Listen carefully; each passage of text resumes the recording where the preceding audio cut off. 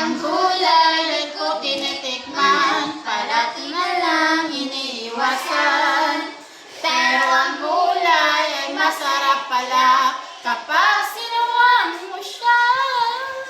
Makulay Makulay ang buhay.